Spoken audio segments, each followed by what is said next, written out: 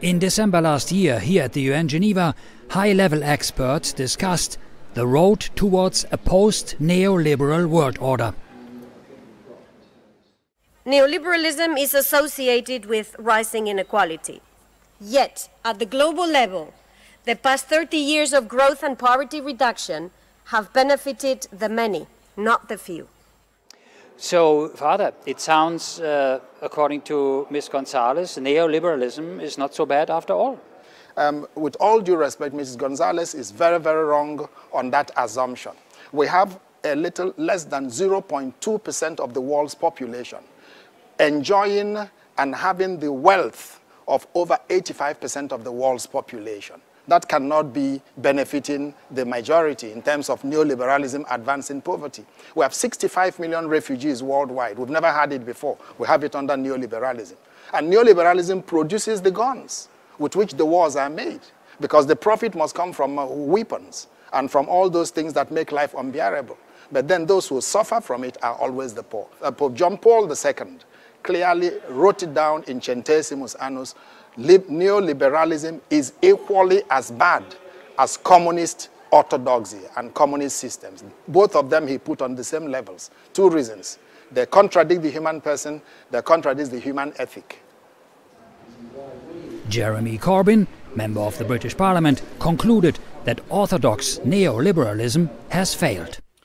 30 years after structural adjustment programs first ravaged so much of the world, and a decade after the financial crash of 2008, the neoliberal orthodoxy that delivered them is breaking down. It is absolutely correct. Neoliberal orthodoxy has been the greatest catastrophe for humanity in the last 100 years. Neoliberalism is the extreme form of capitalism, which talks about the person being unnecessary, but profit and its maximization being the reason for the economy. Pope John XXIII has, in his encyclical Mater et Magistra, spoken about this, and especially Pope John Paul II in Centesimus Annus, 100 years of Laborem of Rerum Novarum, discusses right forms of economy, and he proposes the social market economy. The social market economy is social, which means it serves people. It is market, which means there is freedom to decide the prices.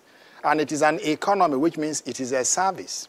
So the social market economy is neither liberalism, nor is it communism, which is central controlled, but it is there an economy that serves people, and the majority of the people. A human rights basis for addressing these issues, a redefined role of state, and a renewed commitment to international cooperation for development seems to be the only intelligent response for the future we want. The future we want. So here's the question. Who is the we? Are the Catholics included in the we? Well, let us talk beyond religion and talk about human citizens of nations, where Catholics are members, Muslims are members, cultural groups are members, the rich, the poor, everybody is a member.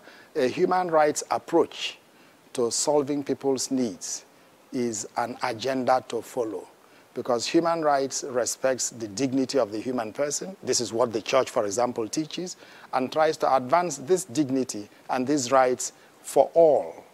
It is, of course, clear that Catholics are included, and we have to be at the forefront, because everything about Christianity is the point of start for even universal understanding of human rights.